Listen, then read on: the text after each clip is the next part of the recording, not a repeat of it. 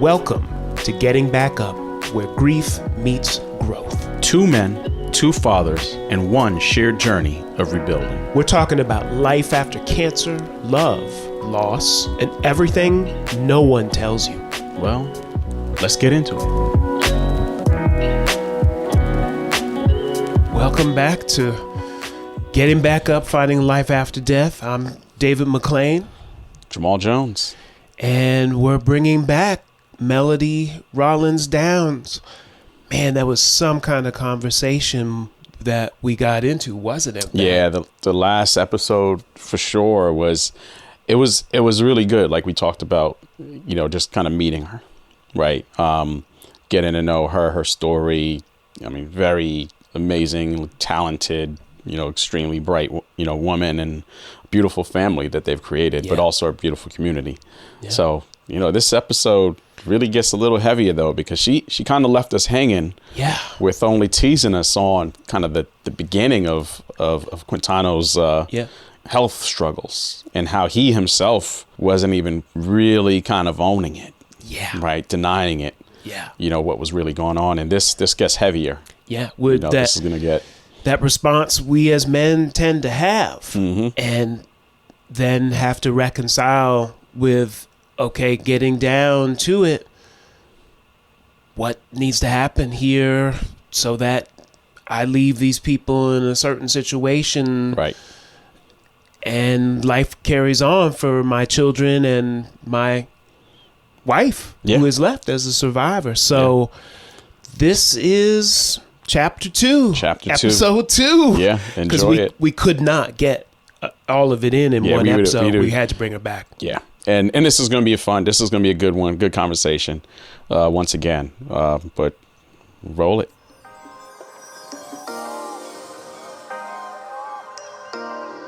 We had such a great conversation with Melody.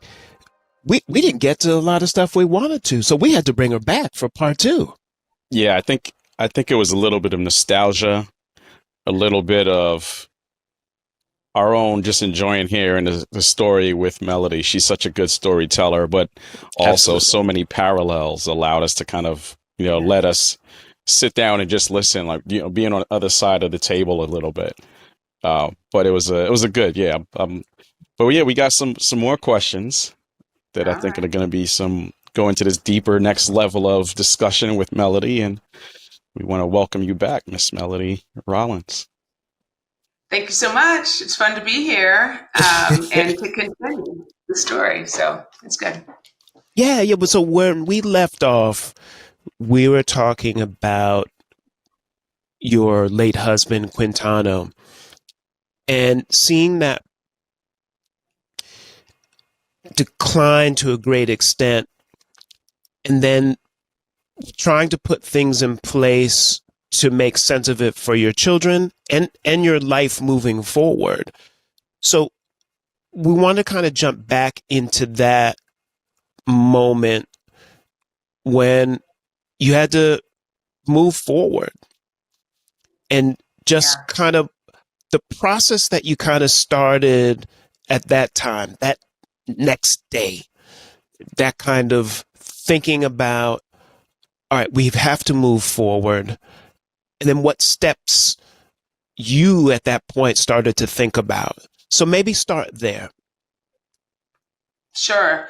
And I've heard you both talk about your own experiences in this moving forward. And that's probably part of your podcast that I resonate most with, in terms of wanting to move forward, needing to move forward for your kids, maybe other people, society wanting you to stay still, some pushing forward. I had a very supportive mother-in-law like Jamal, who was with us. But I think in the immediate aftermath, I think that's where we left off. It was kind of like, what's going to be healing for my kids? My kids were young. My son had just turned 11. My daughter was 7. And we had only recently started counseling. So we continued counseling. And I decided I wanted to have a celebration. I wanted them to make sure they have a memory of how great their father was and how he's so well appreciated. So David will remember that I called it my wedding funeral, because it well eclipsed the cost of my wedding and most weddings. And I had ended up with 3 different places because I had to grow bigger and bigger. We had 650 people at Brooklyn Botanical Gardens, fully catered event, fully open bar, and a big service with something else you've spoken about, kind of an outside singer who was a professional singer, and then one that my family wanted that had been a favorite of their church. And so there was a little tension in that, even like who's going to perform. And I'm like, I want like a performance. And so, but we pulled off both, selecting who was going to speak, who was invited. It was a beautiful event. I think my kids they were young enough, they just thought about it as kind of like a party, and all their family and friends and their school friends, all the schools came, my work people that they had met maybe. And so I felt like, and then I had a video booth where people could video record a message to the kids about their father. It was a whole professional affair. And I did that because I wanted my kids to feel special in that moment, like to see all the people who cared about their dad. It was a big deal. And then I had a decision to make because I worked out of town. I worked out of state. And so I was commuting daily. My husband would be at home. I had been off for the past couple months taking care of him, but I decided I wasn't going to go back to work because then I would have to leave my kids, in the city.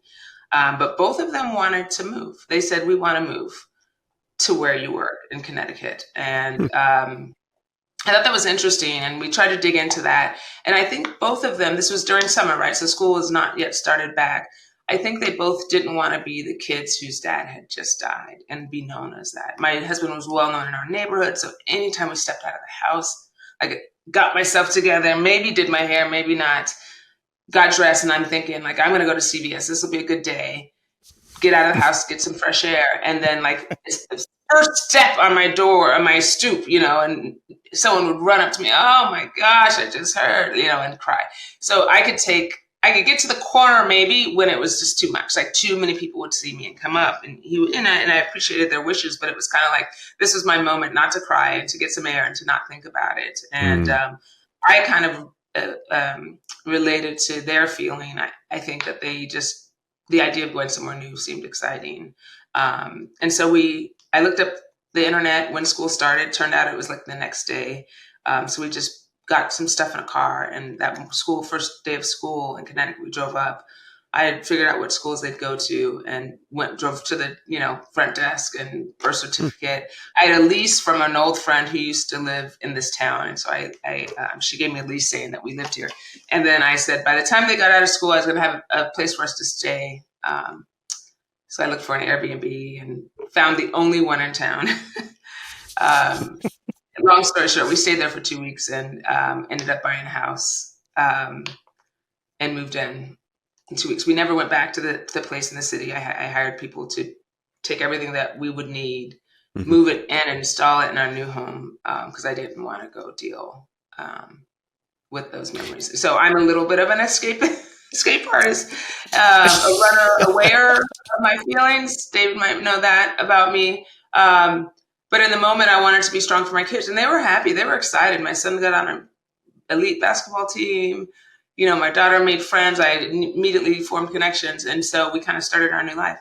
And that was a period where my friends in New York, like Nalani, really were special because they made sure that I was supported here. It's interesting that the kids were ready to move, right? I think that's something as parents, we're always concerned of, how much change do we introduce to them and, what period of time. But I think every, we talk about it all the time. Every kid has a different book, right? Different instruction manual.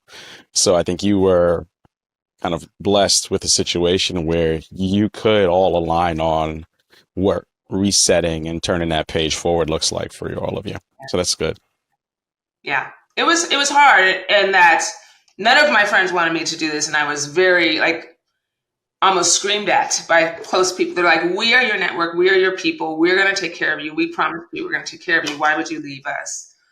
And it was hard because I understand that, and I said, you could still take care of me in a different way. I just think this is right for my kids, and I wasn't worried about finding a new job, but I knew for sure I wasn't going to commute for an hour plus a day, an hour and a half a day. each way. So that's what happened. And it, we can go on and on, but it turned out well.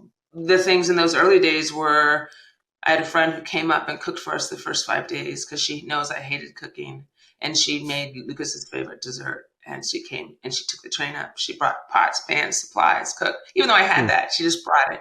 And then she'd leave. One day I didn't even see her because I got home after she had already left. I had friends who I said, Thanksgiving made me sad. It was a few months later. And I said, I want my house to smell like Thanksgiving because we usually host and my husband usually does the turkey.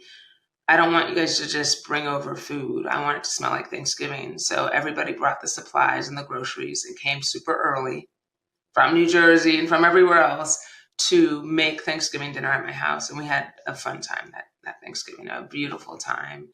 And so it was a lot of things like that that got us through. And my mother stayed with us for a month until I couldn't take that anymore. That was a little bit harder. Then my mother-in-law stayed with us for 6 months, which was really great. Yeah, I will say having the mother-in-law or the family member who's so in tune to you and the kids, and they get to support you is definitely it's a good experience, but it does have its moments. Yeah.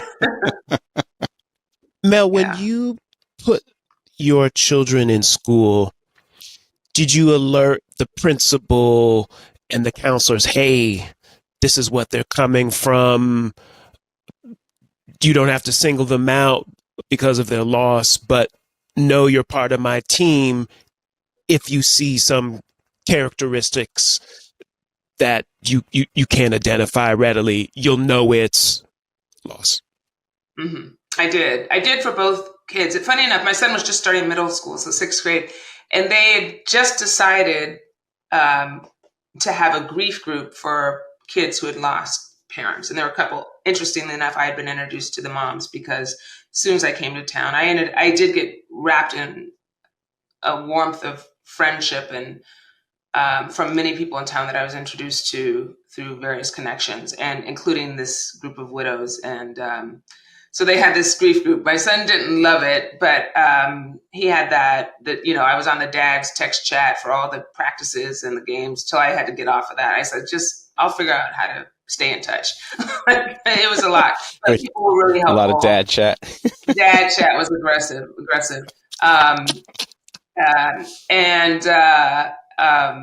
But the schools did know that.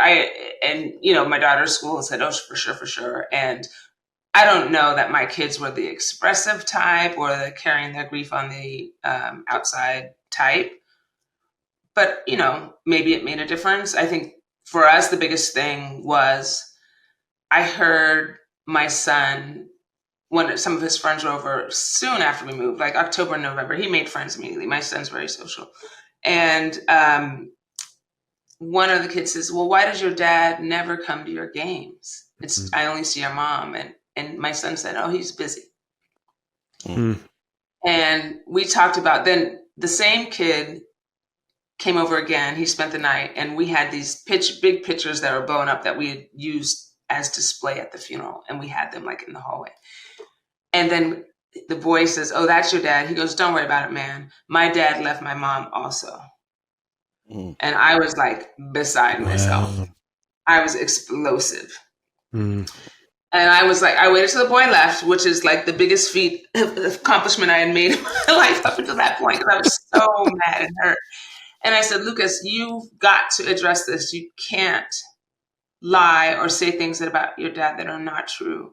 And as I said, let's practice. So we spent a couple of weeks at the dinner table practicing. My daughter got into it. She loved being the role playing. What you'd say to a kid when he asked about your dad or why isn't he at the game. And he got slowly more and more comfortable. And one day he came home and he said, I said it. I said why my dad's not there. And he was so proud of himself. And I knew all those parents. I didn't want to front run him. Even though he was only 11, I wanted him to have agency in that conversation. And so he said he told his friends.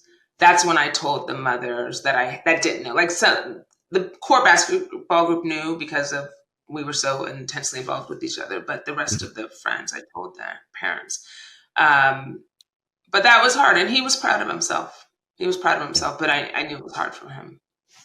Yeah, I think it's interesting when you run into those situations and you see those, those circumstances. I remember my oldest, she was, same thing going into middle school, all of the, the middle school girl dynamics.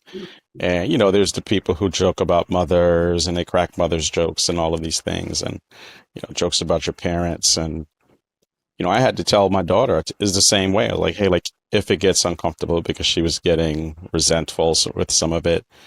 And I would tell her it's okay to say, hey, normally that joke would be funny, but here's my scenario. And I think that allowed her to have and find similarly, like find that language to be able to get out of that comfortable moment or work her way through that. So yeah, it's good. You don't realize these things where these kids are dealing with this topic they don't want to talk about, topic they're still learning to, figuring out how to accept. Yeah. But also, now how do I tell everybody else about this? Yeah. So, Yeah. we were talking earlier about like having to tell everybody and our neighbors and run into the people at the stores. Like they're dealing with the same thing. So, It's the same. And after that, I talked about it a lot because I wanted to model comfort, speaking up for ourselves. We go to things. Where's the dad? Oh my God, the first back to school night for my daughter. I cried the whole thing, like not little like tears. I mean like tissue, nose blowing, like guffawing, because the first day of class, they'd said, draw your family as you see it. yeah. And she drew the three of us. And I was so hurt by that. Like I don't know, but that's her family. Like, at that point it was like, 3 weeks after her dad had died, 4 weeks. And I don't know. I guess I was it struck me so strongly. I still have that picture. And then so we sat down at their little desk. It's just like their second grade. So we sat down at their little desks. And the teacher had our little drawings out, and everyone else was two parents, 2 chairs were at each desk so we could squeeze in. Of course, I only needed one, and that picture. And so that the family I sat next to ended up being one of my daughter's best friends, but they didn't say anything at that moment. She handed me a tissue at one point, but that was it. And so I just started talking about it to help them see me talking about it, dealing with the emotions, and maybe clearing the way for them. A little bit, and just reminding people, I'm like, oh yeah, it's too bad, that his father, her father can't be here, he passed or whatever, just to try to make sure. He was such a very involved father, so it's still, I still struggle with that the most, showing up as a family without a father. Because even let's say we were a divorced family, this guy would be at everything. You knew my husband, like he'd be at everything. Oh, yeah. There'd not be a place where my children were that my husband was not. And so they are out here navigating the world without that presence. And I think that's the hardest. Yeah. Do you think it was an amount of maturity in their resilience already? Understanding, okay, this is what it looks like going forward. And they were closer to that understanding emotionally than maybe you were ready for? Yeah, I think so. They still amaze me and how they've handled it, but are processing it. I see my son processing it more. He spoke during counseling. My daughter did not speak. She did not ever use her words. They're very close, so she would make eye signals to him to then be able to answer for her. And that went on for the first full year of the only year that we did of therapy. But, I know that he's processed it. And what my counselor told me is like, I'm grieving so much what they are missing, but the kids don't know what they're missing, right? They don't know what it would be like to be in high school and have a dad. They don't know what it would be like to have a sleepover when your dad's there, making the pancakes in the morning instead of your mom. Mm-hmm.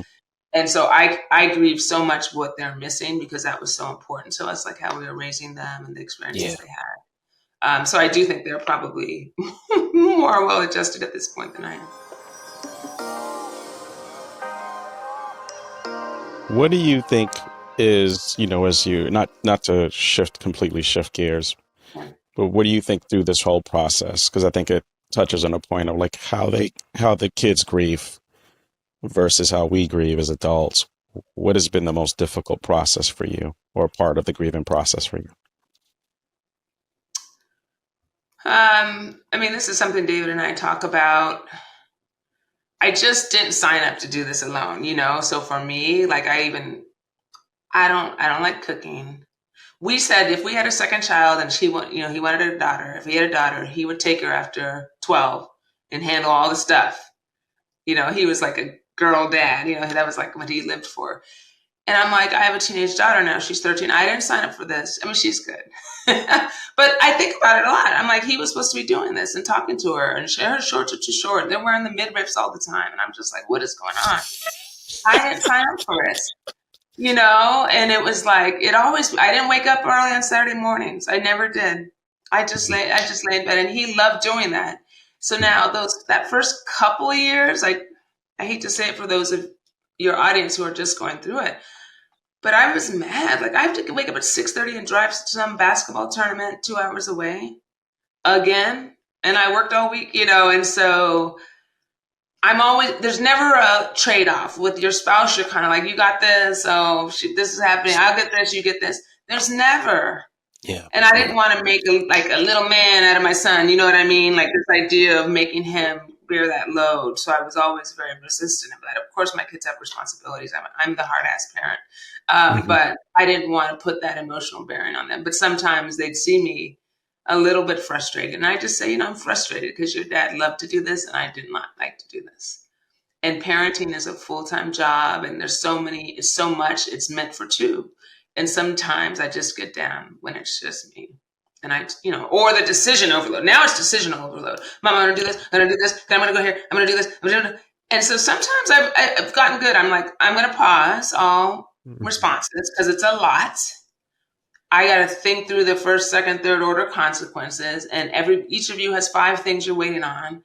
It's a lot. So I'm going to come back to you both in a few hours. I just have to let them know where I'm at. I said, some of these things your dad might have had a strong view on. Some of these things I would have.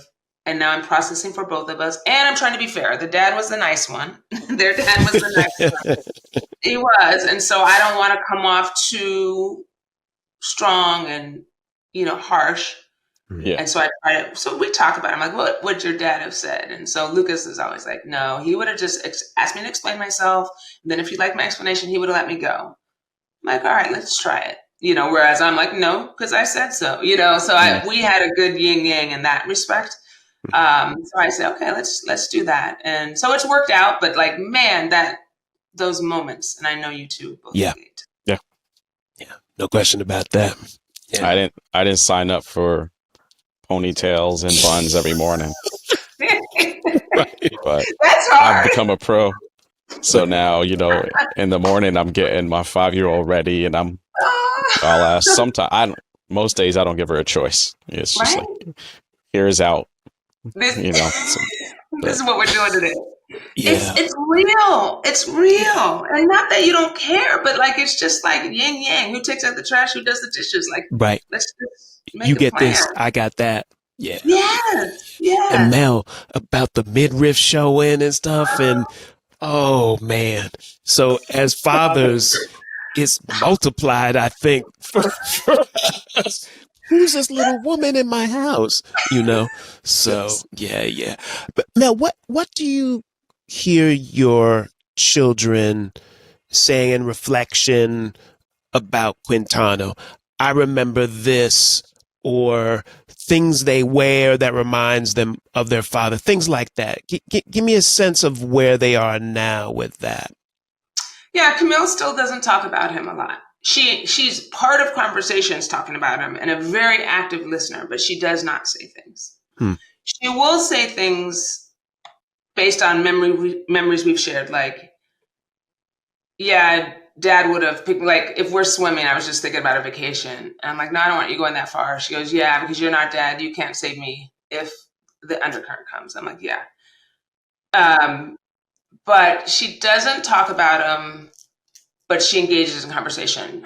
My son and I will talk all the time. Like, oh my gosh, remember when your dad did that?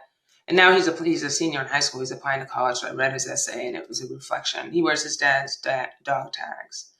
And it was a reflection on what the dog tags mean to him. And he shares stories of who his dad was in the community that I didn't know even he had. Like, he's recounting conversations that he had with other people in his essay. So that was kind of interesting for me to read just recently. So it's interesting. They all reflect on things we did together as a family or something funny. We roller skate. Quintana was an expert roller skater. I don't know if you knew this, David. Like on the streets of Barbados when he was growing up, they used to roller skate like the movies, like speed through the streets, dance. And so we would go up to this roller rink in upstate Connecticut, and he would do all the backwards and the dancing. And so when the kids and I went to try to roller skate, he was like, "You're no dad," and I'm like, "Yeah, no, I'm not." And so they don't talk a lot about it, but we share stories. Mm-hmm. Yeah. Which is interesting. I'm interested. Do your girls proactively bring up things? No. Okay. For you, no. No. Same. It'll be casual mentions. My Zaya, she's a collector. She's very much into the memories and the nostalgia. So there's pictures, around a room of her mom. Occasionally I gave her access to all of her mom's jewelry. So, she'll incorporate that into her dress, what she's wearing and things of that. But she doesn't mention her a lot. And the same for Jackie. Even earlier on, we had started going to church and she didn't want to go to church because a lot of the lessons and the scriptures and things of that they were referencing were about, people from the past and on your parents and things of that sort. And she struggled with the prompting, right, of the memory. And then gradually over time, casual things would come up. She would, but they both would mention, but it's not like the constant discussion. Yeah. I think what you talked about in your experiences feels very normal, especially the therapy sessions as well. Yeah, it's similar for me. Certain events or food, they'll mention the mom. If key lime is somewhere, they're going to mention the Lonnie. You know that. I think when I am one-on-one with the girls, I hear more from them about their mom. I was checking in with Miella this summer, how she's doing, just getting ready for school and activities she was thinking about. And that's when she started to talk about her mom in the context of, she said, "I'm happy with all of my mother's friends around me, the aunties and everybody. I'm happy." Mm-mm. And so that was interesting for me to know the tradition of raising her. It's very much the fragrance of Nalani all the time. And so I remind them of, listen, we raising independent women up in here and those with the confidence to move forward. And so I could hear that in Miella. Yeah. So she didn't have to necessarily say her mom's name directly, but her demeanor and the way she is operating is because of the lessons learned from her mom and then us together raising her. And then the community that we talk about. And that's what Nalani was all about. What we always were about. These people love you. And they will want you to move forward with all of these things that are going to come your way as you grow older. You can go to these people with questions the same way you did your mother. I encourage it for myself as well. And somebody has a conversation with my daughter. And I think that's the legacy of Nalani. I also, you reminded me, I tell my kids often and help them see it that they're blessed. I said and I say it sounds weird to say you're blessed when you're the only one in your class who doesn't have a father. Mm-hmm. I said, but Mm-hmm. man, you have a lot of other stuff. You have a lot. You are a lot, just who you are. And all of our friends, our aunties, uncles, people who care about you. 5 men show up at most of my son's basketball games that are not our Mm-hmm. family members, that Yeah. are teachers, friends of mine, husbands of my friends, because they want to. I forgot to tell them the schedule. They looked it up and they come, and Mm-hmm. I'm like, people like you, people care about you, people want you to Right. do well. Yeah. And I said, we're blessed and you have a very, comfortable life. Like, let's not forget about that. I try to give them perspective on everything. And I said, bad things happen to everybody, bad things happen to everyone. So I'm not trying to make them feel bad about grieving. I just try to make them understand that you have a lot to move forward with. And my whole goal in life is to make sure that you're prepared to move forward, even when this has happened to you. And maybe something else is going to happen. But we're going to keep moving forward because that's what we're trying. So that's hard. And I let them know, I think the important thing is try to let them see me when I stumble. It's harder, Mm-hmm. right? That's harder for the ego. When I stumble or when I'm feeling like I'm not able to move forward, to let them understand like that in a manageable way when those moments happen. And we talk about Mm-hmm. that. Even the time, David, I wanted to mention that first year was hard for all the firsts that you all talk about. But for me, somehow my son's birthday is the hardest. It was kind of the last time anyone else saw Quintana, and those other people were some of the dads of my son's close friends, because he had wanted to do this birthday party for him, and he was really too weak to do it. But the dads came and like basically held him up and like sat him up in the chair, like we're like standing next to him so he didn't like slump over, so that Lucas could have this birthday party. And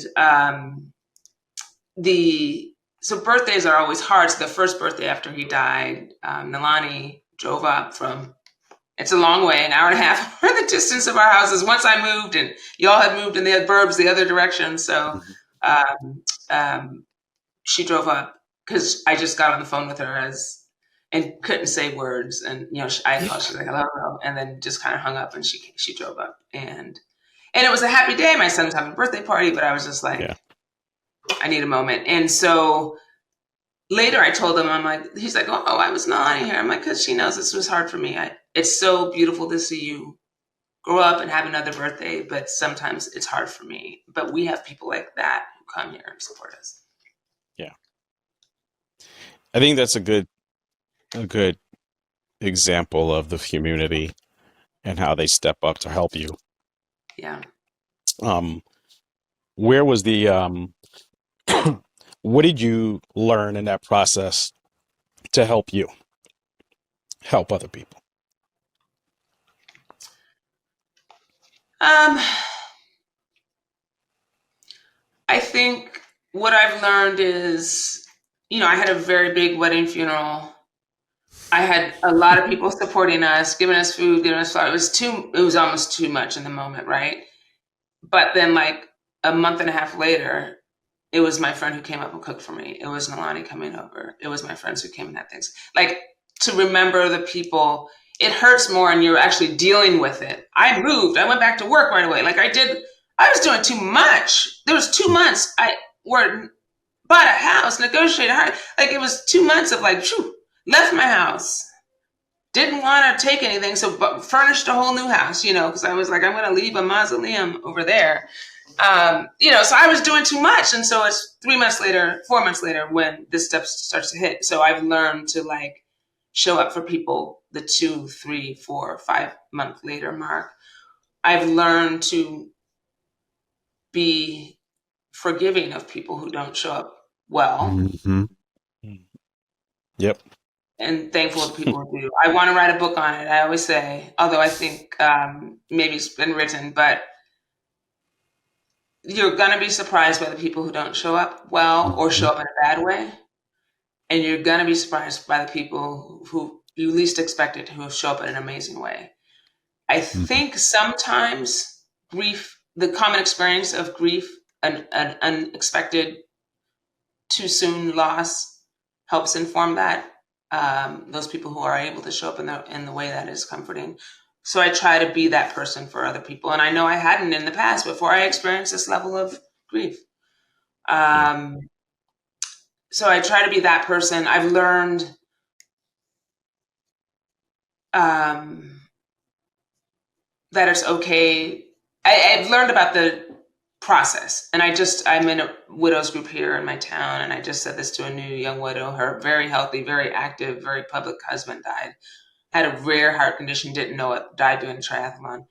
And I said, I would punch people in the face when they said this to me before, like, time will heal all wounds.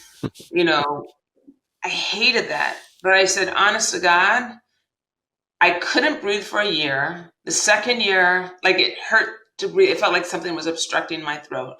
The second year, I was just like, just feeling my way out as a blind person and like, ooh, don't touch that, touch this, and it maybe things. But by the fourth year, it gets a little better.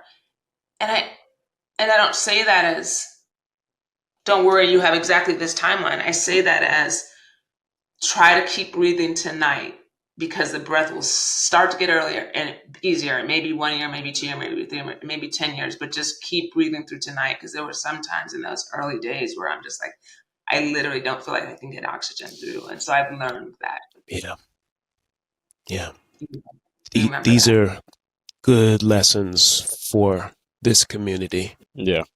Melody, we want to appreciate you for that, you continue onward. It gets better, but continue onward. What do you want to leave with here? And then we're gonna get into some fun stuff in a second. Okay.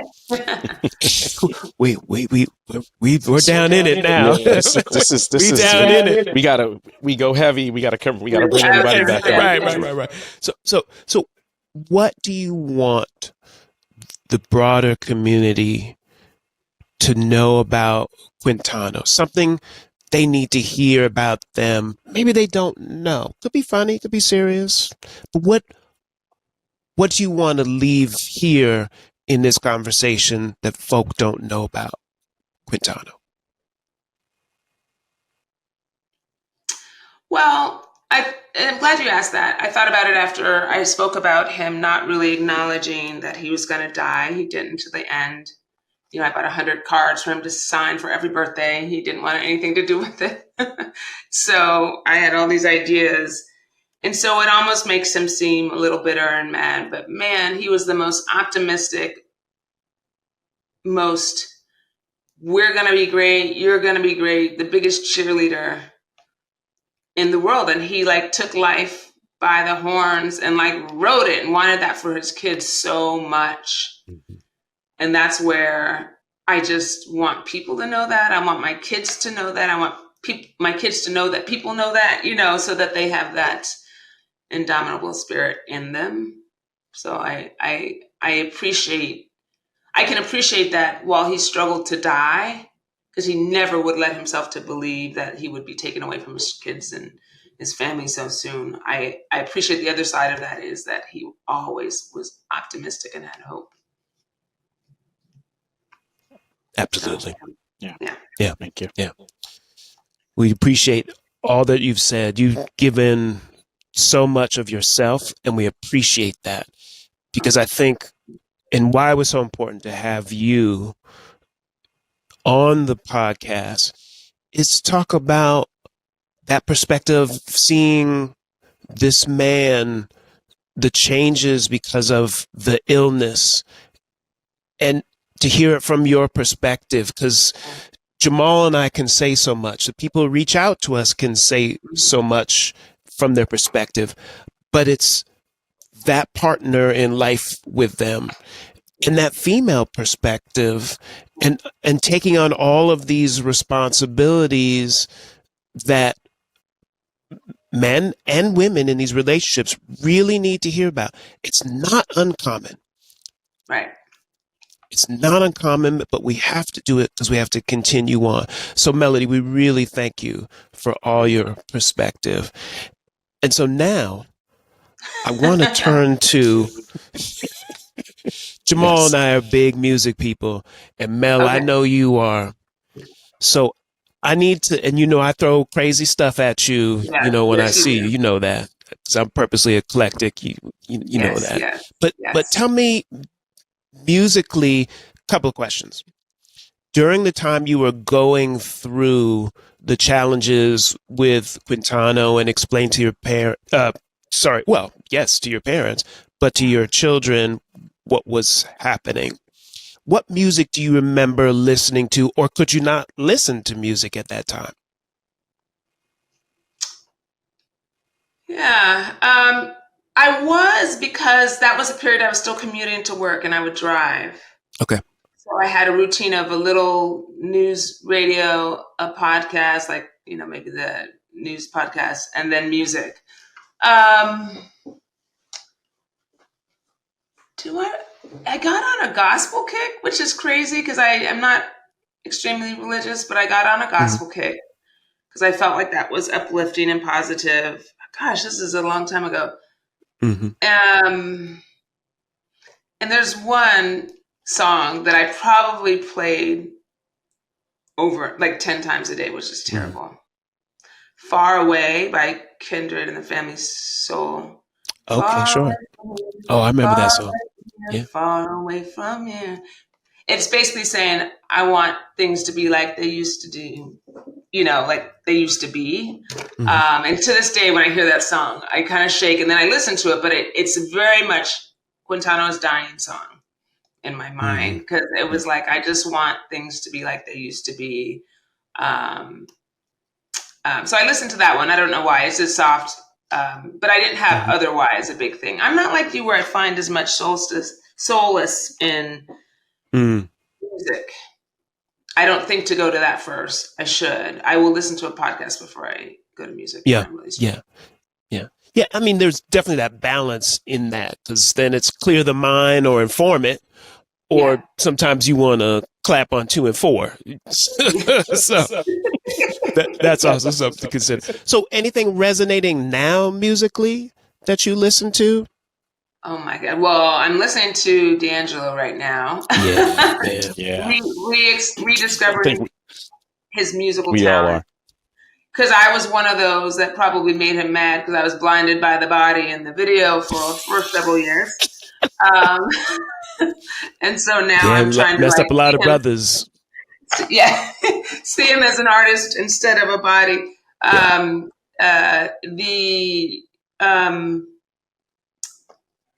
Otherwise, I've been, just depending on how work is going, I've been on the gospel thing again as a source of inspiration.